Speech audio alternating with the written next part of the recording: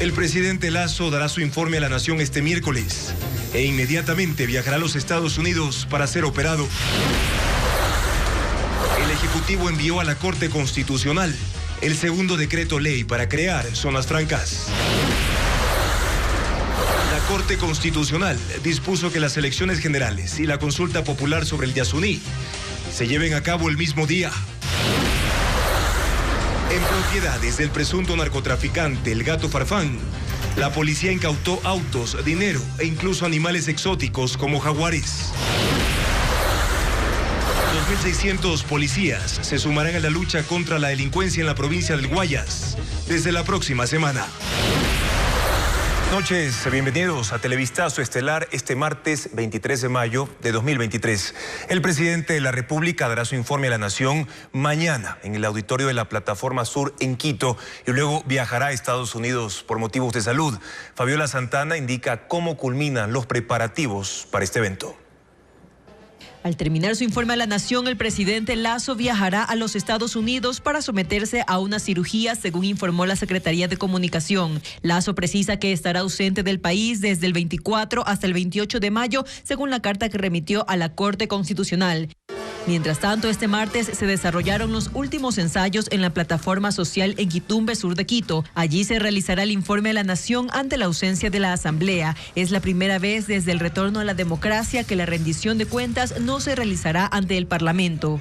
Los granaderos de Tarqui formaron una calle de honor para el paso de los invitados. Otro grupo simuló el ingreso del presidente Guillermo Lasso y la cúpula militar. Los últimos arreglos también se ejecutan en el auditorio, donde Lasso dará su informe a las 11 de la mañana. Aún se encera el piso, se cumple con las pruebas de sonido y de iluminación y se ubicaron sillas en el escenario. En la parte del público irán alrededor de 400 invitados, entre los cuales en este año no estarán asambleístas. Tampoco habrá un discurso previo del presidente del Legislativo. Se tratará de un informe de labores dirigido a los ciudadanos en general y el evento será transmitido en cadena nacional. Antes de este evento central, que coincide con el aniversario de la batalla de Pichincha, el presidente Lasso encabezará la ceremonia militar en la Cima de la Libertad. Muchísimas gracias. El presidente de la República envió a la Corte Constitucional el segundo decreto ley para la creación de zonas francas de comercio. Se trata de un proyecto de normativa que fue rechazado por la oposición en la Asamblea antes de su disolución. Paul Romero con este tema. El presidente Guillermo Lasso firmó este martes el segundo decreto ley, 6 días después de la disolución de la Asamblea Nacional. Plantea la creación de zonas francas de comercio con varios incentivos tributarios, con la exoneración de impuesto a la renta en los primeros 10 años y 15 años para sectores fronterizos, de tributos al comercio exterior en el impuesto de consumos especiales ICE, el impuesto al valor agregado IVA para la adquisición de insumos, materias primas, bienes de capital. La exoneración de impuesto a la salida de divisas. Según los ministros del Frente Económico, las zonas francas atraerán inversiones nacionales y extranjeras para dinamizar la economía a escala nacional. Proponemos que las sedes y las zonas francas no estén limitadas a sectores específicos, como se hizo en la década pasada. Prácticamente cualquier sector productivo ahora, sectores productivos de bienes y servicios, podrá establecerse en nuestro territorio y beneficiarse de este régimen especial. Se pueden construir zonas francas para actividades productivas industriales, tecnológicas, agrícolas, agroindustriales, en servicios para cultura, innovación, deporte, investigación, y en logística para transporte, almacenaje, empaque, etiquetado, entre otras. Que en el caso del Ecuador, cuando llegue a consolidarse evidentemente este proceso de zonas francas en el largo plazo, que podemos tener cerca de unas 5.000 a 7.000 millones de dólares en exportaciones que puedan salir desde las zonas francas. Los ministros no precisaron el monto de posibles inversiones que podrían llegar al Ecuador, tampoco el número de fuentes de empleo previstas. El presidente Lasso suspendió a última hora la firma del reglamento general de la ley que regula el uso legítimo de la fuerza. Este cuerpo legal fue aprobado por la Asamblea en julio del año pasado, con el que se faculta a militares y policías utilizar sus armas de dotación para enfrentar a organizaciones delincuenciales. En el decreto se prevé reglamentar la creación de lugares especiales para que los uniformados puedan ser detenidos y procesados en casos específicamente de enfrentamientos con muerte.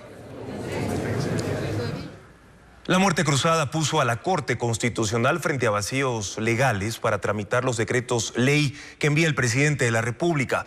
Los magistrados deberán crear el procedimiento, lo que podría tomar su tiempo. Nos informa Jacqueline Rodas.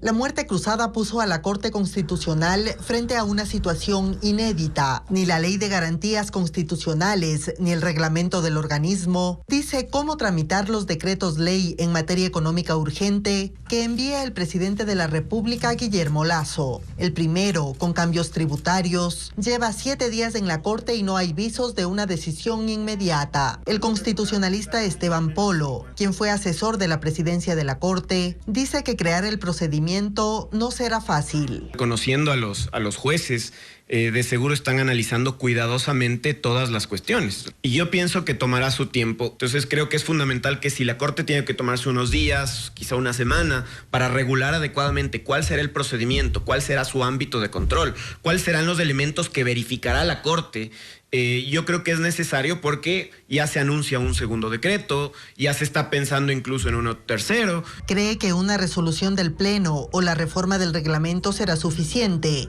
y explica los 3 puntos que deberá analizar la Corte. Si en efecto se trata de una cuestión económica, si la materia es vinculada a una cuestión económica, pero además si es que este es urgente y recién allí pasar al control de constitucionalidad que tendrá que efectuar el organismo. Siendo rígida, sí, porque también tiene que ceñirse a lo que dice la Constitución, pero creo que tampoco la Corte va a jugar un rol de obstaculizar. El procedimiento que defina la Corte se convertirá en precedente para el trámite de los demás decretos ley que prevé enviar el primer mandatario. Los ecuatorianos irán a las urnas el domingo 20 de agosto para las elecciones generales y también para la consulta popular sobre el Yasuní. Hoy la Corte Constitucional atendió el pedido del Consejo Electoral y dispuso que los 2 procesos se lleven a cabo el mismo día. Es un hecho que el mismo día se realizarán las elecciones presidenciales y legislativas, junto con la consulta popular sobre la explotación petrolera en el Yasuní. Así lo resolvió este martes del Pleno de la Corte Constitucional, en atención a la solicitud del Consejo Nacional Electoral, que argumentó que realizar un proceso en julio y otro en agosto representaría un gasto extra de $51 millones y doble logística. La decisión, que ya fue notificada a las partes, indica: la Corte Constitucional considera las dificultades técnicas, cronológicas, presupuestarias y de personal que se pueden presentar. El sufragio de las 2 elecciones se podrá llevar a cabo en la misma fecha, es decir, el domingo de agosto.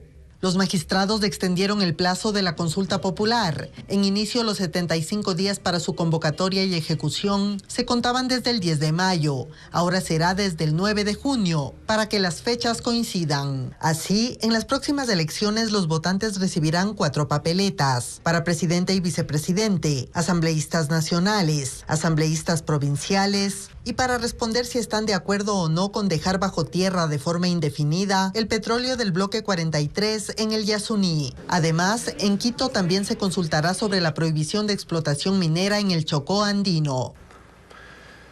Si hay segunda vuelta, el 25 de noviembre se posesionará el nuevo presidente de la República, de acuerdo al calendario del Consejo Nacional Electoral que se aprobará esta noche. La entidad amplió plazos para procesos de democracia interna, pero también para inscripciones. Patricio Díaz tiene esta información. Al Consejo Nacional Electoral llegaron representantes de las 17 organizaciones políticas nacionales para plantear sus dudas sobre los comicios presidenciales y legislativos. Una de las principales dificultades que presentaron en el Consejo Consultivo fue el corto plazo para las elecciones primarias, que el CNE definió en 7 días. Total son 35 listas, 274 candidatos entre principales y suplentes que tenemos que poner para la Asamblea en apenas 6 días, de manera que el tema es harto complicado. Y la decisión final fue que se cruzará con otras etapas. Las elecciones primarias irán del 25 de mayo al 7 de junio. Las inscripciones de candidaturas del 28 de mayo al 10 de junio. Y las alianzas podrán hacerse entre el 25 de mayo y 7 de junio. La campaña electoral, que estaba prevista para 7 días, también cambió. La definirá el CNE por cada dignidad, cuando se confirme que todos los candidatos superaron impugnaciones u otros recursos. Y ya no hay recursos y todavía me quedan 3, 4, 5 días, yo modifico el calendario y propongo que ya arranque la campaña para esa dignidad. y así para asambleístas nacionales y para binomio presidencial. El calendario se mantiene en 90 días para la primera vuelta, es decir, se confirma la fecha de la elección para el 20 de agosto. No puede darse más tiempo. El legislador, cuando pone 90 días, es porque quiere que el país no esté gobernado demasiado tiempo sin asamblea y vía decreto ley. Entonces, ese es un plazo que no se puede y no se debe cambiar. Entre las fechas hito que planteó el Consejo Nacional Electoral está que el 25 de noviembre sea posesionado el nuevo presidente de la República, si hay segunda vuelta. El calendario será aprobado la noche de este martes por el Pleno del CNE, además del presupuesto y el texto de la convocatoria a elecciones, que se realizará este miércoles. Definir candidaturas contra el tiempo es un problema para las organizaciones políticas. Las agrupaciones analizan reglamentos y procedimientos para tomar sus decisiones. 3 partidos están a horas de resolver cómo participarán en los próximos comicios. Un informe de Francisco Garcés. Participar con un binomio presidencial propio o en una alianza es una de las definiciones que aún debe tomar Pachacutic. En un consejo político este lunes, la agrupación tomó 3 decisiones y la primera de ellas que en caso de optar por una candidatura propia, el presidenciable deberá ser militante de la organización para evitar que se aleje de Pachacutic. El consejo se reunió de forma telemática y se declaró en sesión permanente. Más allá de las discrepancias internas, buscar una alianza con otra fuerza de centro o de izquierda es una tendencia que toma fuerza. Nosotros tomaremos una resolución, sea hoy en la tarde o hasta el día viernes. Si es que hay posibilidades de ampliación o lo que diga el Consejo Nacional Electoral, pues tomaremos las decisiones en esa función. La Revolución Ciudadana, en cambio, sabe que irá a las elecciones con un binomio propio, pero la oficialización de los nombres está en espera, porque para ellos aún no son claras las normas de democracia interna con las que se deberá proclamar las candidaturas. En el correísmo, los nombres de la ex asambleísta Luisa González, de Andrés Arauz y de Carlos Rabascal siguen siendo los más opcionados para encarar la postulación presidencial.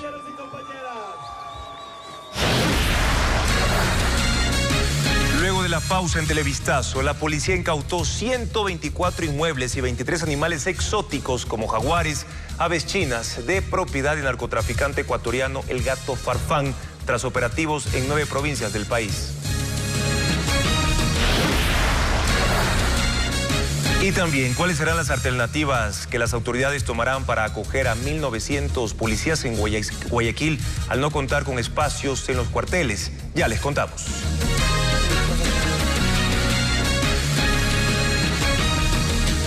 $17 millones en carros y bienes inmuebles fueron incautados en un operativo por lavado de activos contra el narcotraficante ecuatoriano El Gato Farfán, detenido en Colombia en febrero. Merlin Ochoa informa las excentricidades que encontraron los agentes.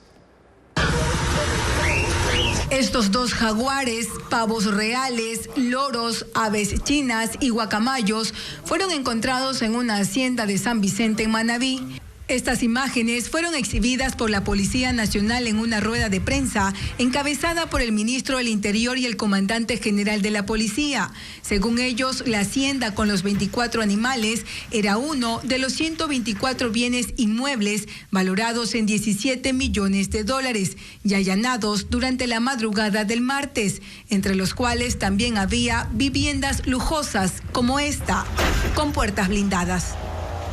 La Fiscalía investiga el delito de lavado de activos. Se realizaron 24 allanamientos en 9 provincias. 5 personas fueron detenidas. 2 de ellas registran antecedentes penales por tráfico de drogas. Desarrollando actividades económicas como explotación de criaderos de camarón para dar apariencia de legalidad a todos los ingresos obtenidos especialmente del tráfico de drogas. Según la policía, son bienes relacionados a Wilder Sánchez, alias El Gato Farfán, detenido el pasado 8 de febrero en Colombia y sobre quien pesa una solicitud de extradición a Estados Unidos. Según los agentes, Sánchez figuraba como cabecilla principal del cártel Nueva Generación, Ecuador. 1.900 agentes llegarán a Guayaquil en junio. Sin embargo, la policía no tiene capacidad en sus cuarteles para acogerlos. El municipio busca opciones para hospedar a los nuevos uniformados que se suman a los patrullajes contra la delincuencia, como informa William Young. 1.900 uniformados, la mayoría recién graduados, se sumarán a los operativos en Guayaquil a partir de junio, como parte de un convenio por la seguridad firmado entre el municipio y el Ministerio del Interior. Sin embargo, en los cuarteles ya no hay espacio para ellos y por eso se buscan alternativas para hospedarlos. El alcalde Aquiles Álvarez dijo que el Cabildo asumirá esa tarea. El hospedaje va a organizarlo el municipio de Guayaquil con el apoyo de la empresa privada. Ya tenemos un espacio que lo vamos a dar a conocer. Vamos a equipar el lugar para que tengan condiciones dignas para vivir y obviamente el equipamiento corre por cuenta del Ministerio del Interior, pues, ¿no? Entre las alternativas están hoteles, condominios y otros espacios que puedan ser habilitados como dormitorios, pero aún es una información reservada. Pero será una solución temporal hasta que se construyan los cuarteles intermedios ofrecidos por el gobierno, aunque eso aún no tiene una fecha definida. Otro tema que también está en espera es la adquisición de 60.000 chalecos antibalas para la policía, que es parte de la dotación para los que vendrán al puerto principal. Este proceso de chalecos inició a finales de enero. Y ya estamos, en esta semana hacemos la adjudicación. Es un contrato por 36 millones. Nuestro requisito va a ser que en 30 días nos presenten ya entregas parciales. A estos 1.900 uniformados se suman otros 700 que serán distribuidos en los demás cantones de Guayas. Agentes municipales y de inteligencia de la policía se sumarán a los controles de seguridad en Montañita como parte del plan de custodia para los turistas que visiten ese balneario durante el feriado. Diego Cuenca con el reporte.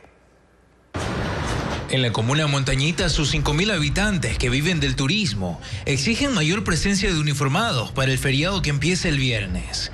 Aunque la policía no revela el número de agentes, asegura que a esa localidad de la provincia de Santa Elena llegarán 2 equipos de la Unidad de Mantenimiento del Orden y se desplegarán grupos de inteligencia para prevenir ataques armados como el que ocurrió el pasado fin de semana, en el que murieron 6 personas. La alcaldesa de Santa Elena también aportará con personal de seguridad. Para eso también pues vamos a destinar agentes de control municipal que hagan el monitoreo en las playas. Lamentablemente en la zona norte no tenemos mayores efectivos policiales. A Montañita en cada feriado llega un promedio de 50.000 turistas. Pero faltan policías porque para la península solo hay 646 uniformados que cubren a los 3 cantones. Mientras llega el viernes, en el balneario empleados y propietarios de restaurantes se muestran pesimistas por la poca afluencia de clientes. Mucha gente ha dejado de venir, por ende, cancelaron viajes, cancelaron vacaciones. Para ese miércoles está previsto que las autoridades municipales de la prefectura y de la gobernación de Santa Elena se reúnan para culminar el plan de control y seguridad que se aplicará en 20 balnearios, incluido Montañita. La fase de postulación a universidades e institutos públicos se extiende hasta mañana porque los estudiantes reportaron dificultades en esa plataforma. Fabiola Santana con el reporte. Desde este domingo, la Secretaría de Educación Superior habilitó la plataforma para que los aspirantes postulen a una universidad previo a la obtención del cupo, pero han tenido problemas para hacerlo. Por ello, el plazo que vencía este martes se extiende un día más. Los jóvenes reportaron que no podían cargar la página y esto se debió al tráfico alto que pues existió en esta primera hora. Luego de eso, los jóvenes han podido realizar su postulación de manera regular y es así que contamos ya con 56.337 postulaciones al momento. Quienes intentaban ingresar se encontraron con una página en blanco. En otros casos, solo visualizaron una parte de la pantalla. La página está congestionada. Jorge no para de intentarlo sin éxito. Durante 2 años ha querido ingresar a la universidad pública y teme quedar fuera otra vez, por lo que pide que se extiendan los días. Algunos de mis compañeros igual han tenido el mismo problema, pero no es el mismo caso. A algunos se les carga, pero se les carga media las pantallas, o incluso se carga la pantalla de inicio, pero no deja elegir las opciones. Otro problema tiene relación con la nota de la prueba de ingreso. Meses atrás, la CENESID dijo que se tomará en cuenta la antigua puntuación de quienes vienen de procesos anteriores y no obtuvieron un cupo, pero eso no ocurrió y ahora no pueden postular. En otros casos, la plataforma seleccionó la carrera de los estudiantes sin que ellos lo hayan solicitado e incluso con notas inferiores de otros procesos. Los estudiantes quieren tener uno de 120.000 cupos disponibles para la educación superior en el país. El mandatario Guillermo Lasso, el vicepresidente Alfredo Borrero, el ministro de Defensa Luis Lara y otras autoridades acudieron a la Catedral Metropolitana para colocar una ofrenda floral en el mausoleo del mariscal Antonio José Sucre, héroe de la independencia. Este 24 de mayo se conmemoran 201 años de la batalla de Pichincha, con la que terminó la guerra libertaria. Más adelante, un deslizamiento en Gualaceo, en la provincia de Azuay, deja 6 viviendas afectadas y 28 evacuados. Técnicos aseguran que el riesgo aún no ha terminado. Además, juicio penal contra el expresidente de Estados Unidos, Donald Trump, comenzará el 25 de marzo del próximo año.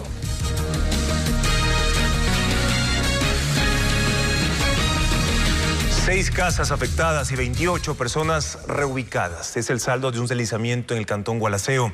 Según los técnicos, el mal manejo del agua en esa comunidad es la causa y por ello el riesgo no ha terminado. Informa Lenin Artieda con imágenes de Ángel Robles. Eran las 7 de la noche cuando ocurrió el deslizamiento. Ya en la mañana se podía observar la magnitud del evento y quienes viven cerca reconocen que poder contar su experiencia está cerca de ser un milagro. En el momento que bajaba todo esto, temblaba toda la tierra de las casas.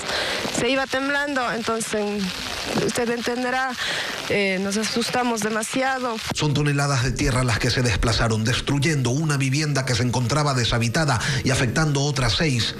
28 personas fueron desalojadas y hoy se encuentran con familiares que los acogen. Ocurrió en la comunidad Bellavista, en el cantón Gualaceo, en la provincia de Azuay. Los técnicos identificaron ya cuáles son las razones del deslave. En la parte alta, fugas en las tuberías de agua potable, así como la instalación antitécnica de pozos sépticos, terminaron por afectar la estabilidad del terreno.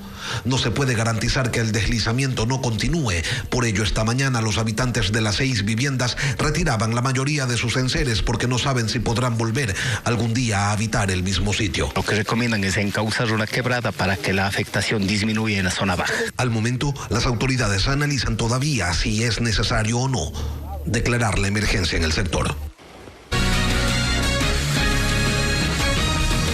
Enfrentar elecciones en alrededor de 90 días genera problemas a las organizaciones políticas que no tienen capacidad para reaccionar ante las exigencias. Francisco Garcés nos cuenta cómo está distribuido el mapa de partidos y movimientos políticos en el país. Muchas de las organizaciones políticas en el Ecuador no pueden siquiera elegir candidatos propios y enfrentar las próximas elecciones en 90 días. El hecho desnuda la debilidad de partidos y movimientos. El mapa electoral del país está constituido por 279 organizaciones políticas. De esas, 86 pueden proponer candidaturas para estas elecciones. 17 entre partidos y movimientos son nacionales y tendrán la posibilidad de proponer binomios presidenciales, además de listas para elegir 15 asambleístas nacionales. Otras 69 organizaciones tienen carácter provincial y podrán proponer listas para elegir a los 117 asambleístas de provincias. Las otras 193 organizaciones son cantonales y parroquiales, que pueden participar en los comicios, pero no presentando candidatos propios. La dispersión de organizaciones es un problema y uno de sus resultados es que no tendrán la posibilidad de presentar a nuevos candidatos ni exponer sus propuestas. Es probable que vayan a repetir las candidaturas de aquellos que ya estaban en la asambleísta, en las curules, esta vez que salieron. Porque ahora sí se ve la realidad, que los partidos políticos en el Ecuador y más aún los movimientos fraudulentos que se constituyeron son una farsa. Es una mentira institucionalizada que afecta el sistema democrático. Los partidos y movimientos se enfrentan a varios problemas adicionales, entre ellos que los candidatos no tendrán planes consolidados y una campaña de 15 días que no permitirá abordar a profundidad los problemas del país. Cambio de directiva en el movimiento oficialista. Esteban Bernal es el nuevo presidente de Creo, que se convertirá ya en partido político. Advierten que presentarán candidatos a asambleístas en todas las provincias.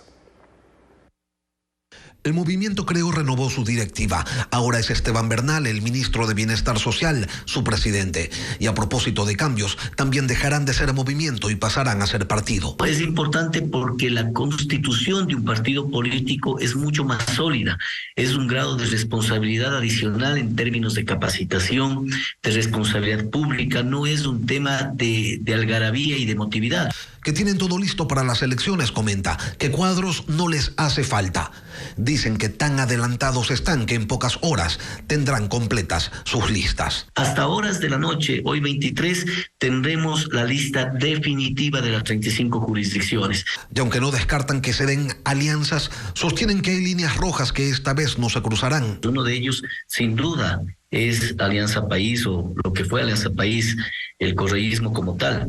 Líneas rojas por saber, entender y haber vivido a profundidad el daño que le han causado al Ecuador. Y que van a tener binomio presidencial. La primera apuesta es al presidente Guillermo Lasso. En solicitarle al presidente, lo he hecho de manera personal y lo hago de manera pública, porque para nosotros es fundamental el concluir el proyecto político establecido para 4 años.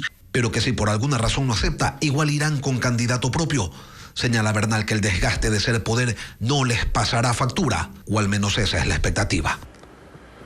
Por cuarta ocasión fue suspendida la audiencia de formulación de cargos contra 14 militares por el presunto delito de sabotaje tras el daño del radar del Cerro Montecristi ocurrido en noviembre de 2021.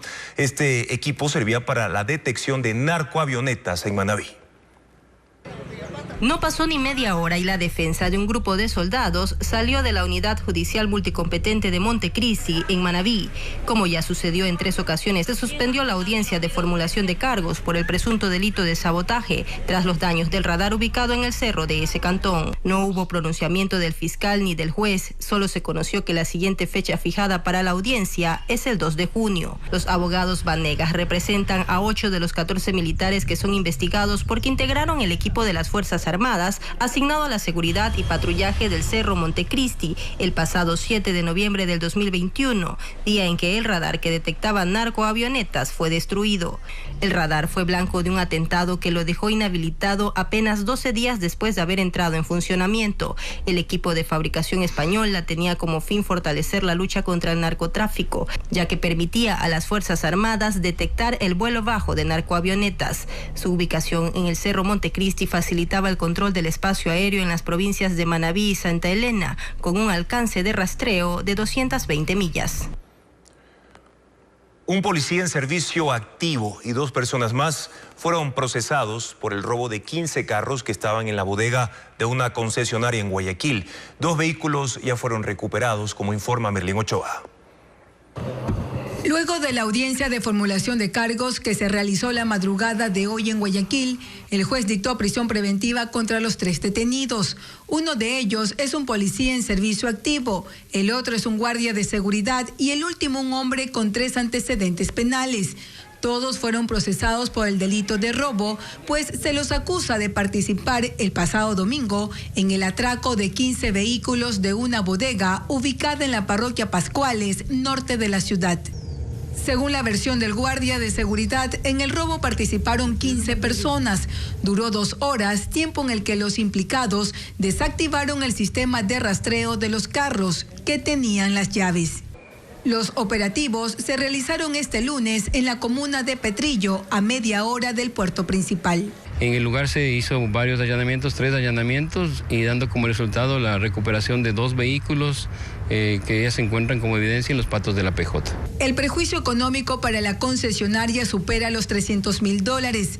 El pasado 25 de marzo ocurrió algo parecido en una empresa de Quito, donde delincuentes se robaron 24 carros, de los cuales se recuperaron 22, 2 días después del robo.